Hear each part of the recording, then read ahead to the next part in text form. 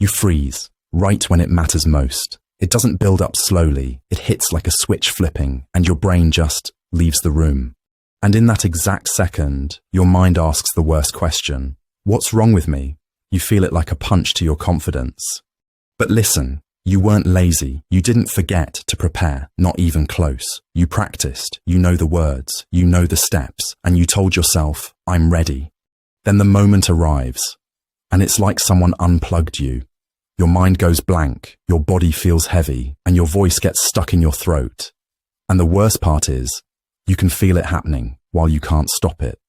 That experience has a name, and it's more common than people admit. It's not weakness, and it's not a lack of talent. It's a mental block.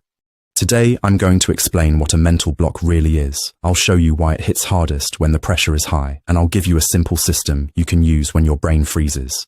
Because the goal isn't to become fearless. The goal is to become functional, even with fear in the room. That's the kind of strength that changes your life. Here's the truth most people never hear. A mental block isn't your brain failing. It's your brain protecting you in the wrong way. It's like a safety system that's too sensitive. Your brain runs on two modes. One mode is for thinking, learning, creativity, and decision-making. The other mode is survival. And when your brain senses danger, it doesn't stop to debate it. It doesn't ask for proof, and it doesn't care how much you practiced. It flips the switch and moves you into survival mode.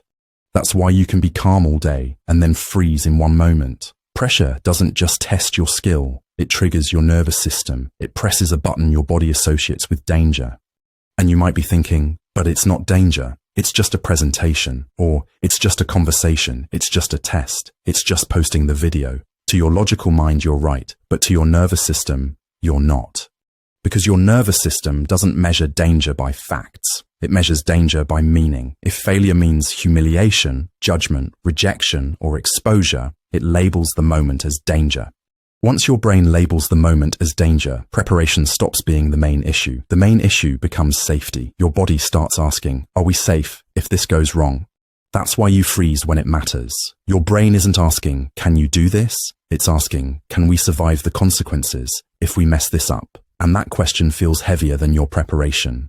Picture it like this.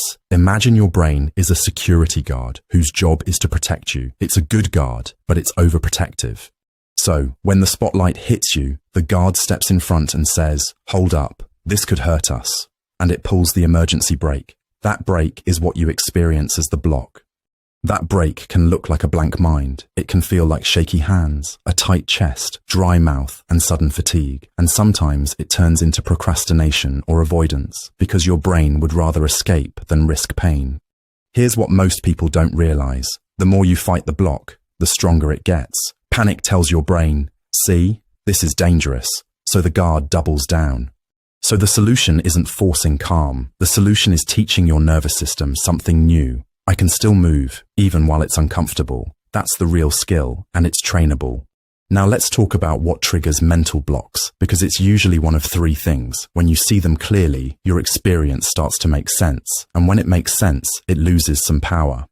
Trigger 1 is fear of consequences, especially social consequences. Humans are wired to fear rejection because for most of history, rejection meant isolation, and isolation meant you didn't survive. So your brain still treats judgment like a threat. That's why one harsh comment can stick for days, and that's why you freeze the second you feel watched.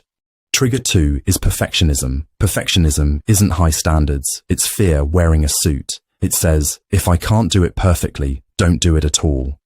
And now starting feels risky. Starting means you might expose imperfection, and that feels unsafe. So your brain chooses what feels safer. Avoid the moment.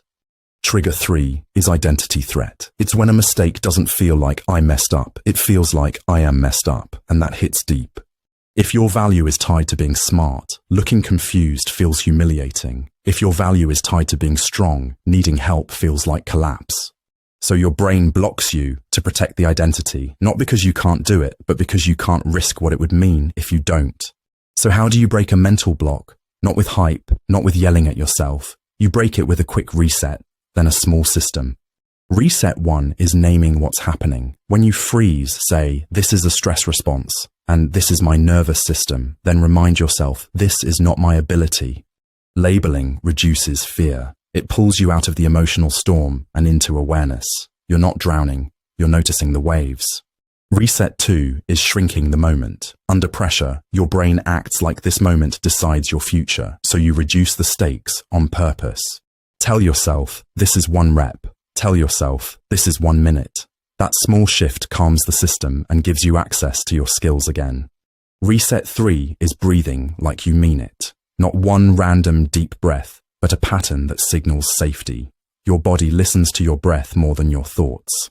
Inhale for 4 seconds, hold for 2, and exhale for 6. Do that 3 times and make the exhale slow and controlled. Long exhales tell your brain, we're safe enough to slow down. Now, if you go blank in the exact moment, here's an emergency plan. It works even if your heart is racing, and it helps you get your mind back online. Step 1, slow down. Rushing tells your brain there's danger, so you do the opposite. You pause on purpose, and you give yourself 1 second of space. Step 2, buy time with structure. Use a phrase like, let me frame this in 2 parts, or here's the key point. Structure gives your mind a track to run on instead of spinning in panic. Step 3, return to the simplest next sentence. Not the perfect sentence, the simplest one. Simple feels safe, and safe brings your mind back. Say, this matters because, or the main idea is, or what I'm trying to say is. Then keep moving, 1 sentence at a time. Most people won't notice the pause, but they will notice panic and self-destruction. So don't self-destruct. Don't apologize for being human. Just return to the next sentence. And here's the deeper truth. Your brain learns safety through action, not through thinking. You can't think your way out of freezing. You move your way out. So if you freeze when it matters, hear this clearly. You're not broken. You're trained. And trained things can be retrained, 1 rep at a time. Start small today. Pick 1 thing you've been avoiding and make it smaller, make it easier, make it safe enough to begin. Then begin, not perfectly, just honestly. Because the person you want to become isn't built in fearless moments. They're built in the moments where you feel the fear and move anyway. That's how mental blocks break. If this helped you, subscribe. Because on this channel, we don't just talk motivation. We build mental systems for discipline, confidence, and action. And we turn pressure into progress.